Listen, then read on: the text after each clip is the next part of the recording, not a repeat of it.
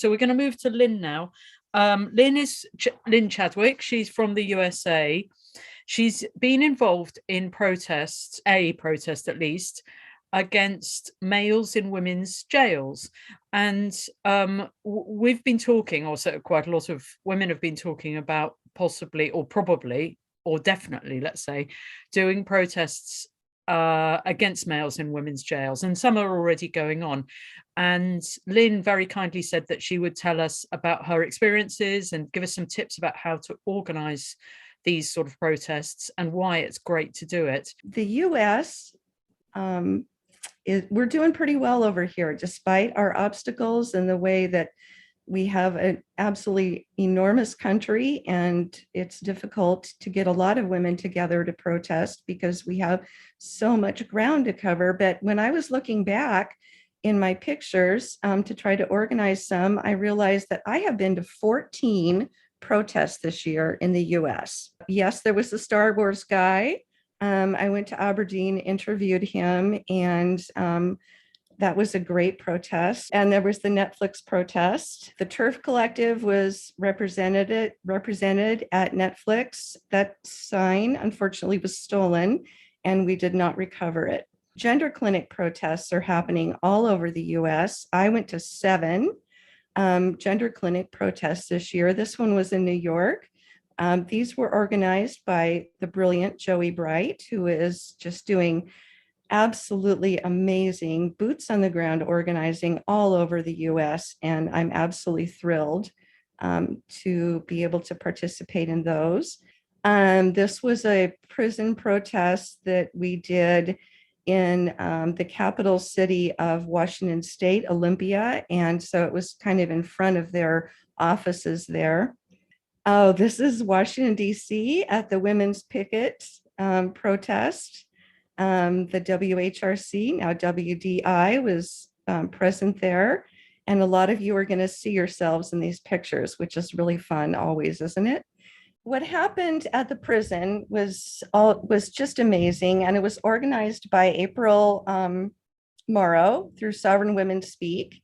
And this was the second largest protest that I'm aware of that happened in 2021. The biggest one was the women's picket protest, but the prison protest at the Purdy prison in Washington State was the second largest protest held by feminist women in the United States last year. So April did a fabulous job of organizing. And so the reason we had such a fabulous and huge turnout for this was that there was an entire weekend set aside for women to gather, to be inspired, to do workshops, and to do this protest. So we had organizing ahead of time. We put out a press release, which was, of course, ignored by the press. Prisons are generally located in very remote locations, and the Purdy prison is one of those.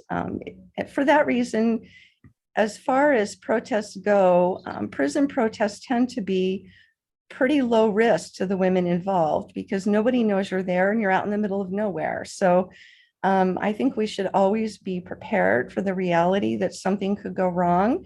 But protesting in front of prisons is pretty safe. We had a training ahead of time where we talked about NVDA, nonviolent direct action, and we established ahead of time what our protocols would be together to keep us all safe. We contacted the prison. They knew we were coming. They told us where we were allowed to stand and where we were not allowed to stand. We were perfectly compliant with that. We had a party bus that brought us all there together. It was amazing, and that provided us a place to stand up high. And Kara Dansky gave an incredible speech from the top of that bus, which was just lovely. We had huge banners. The prison staff were thrilled that we were there. They thanked us for being there. They are not happy about what's happening with men being put in the prison either. But thanks to Joe Biden's executive order, they don't have a whole lot of choice in the matter. It's just being done. Yes, that's a clinic. That was a protest that happened in Phoenix. This was part of the prison protest. We gathered as well on a freeway overpass and allowed all the oncoming traffic to see our protest signs as well. But the beautiful thing was we were able to assemble across the street from the prison where the women in the prison could see us. Now, how encouraging to them. And they could see us there. We let them know that we understand that they are stuck in that vulnerable position, being locked in prison with these men, many of whom are sexual offenders. There was a woman who was raped in that prison, that very same prison, right after a male was transferred there.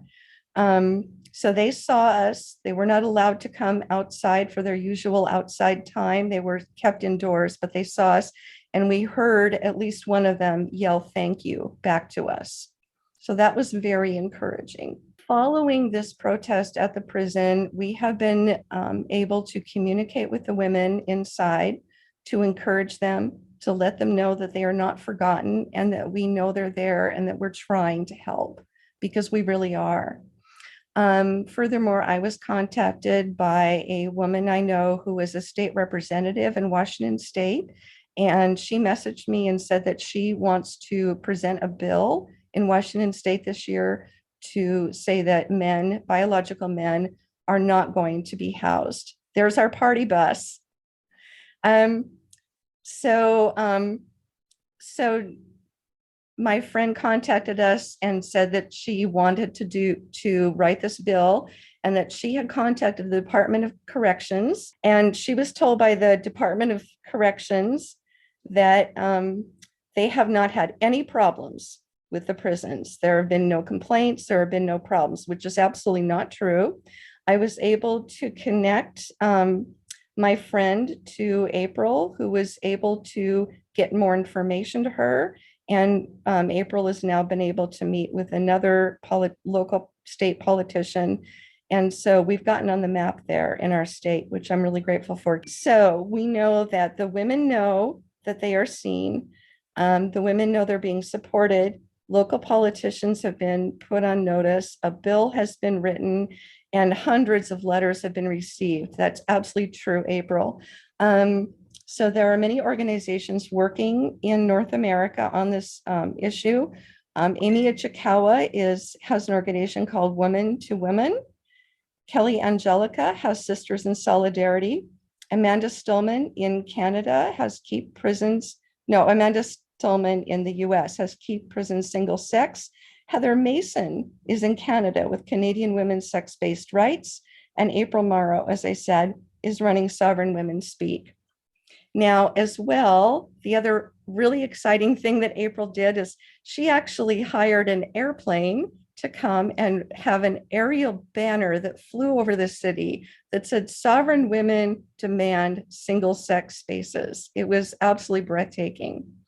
After the protest, we gathered in the town. We stood on corners with our signs, and we went into shops and talked with shop owners individually to also let them know about it. So there was a lot of community awareness that was built as well.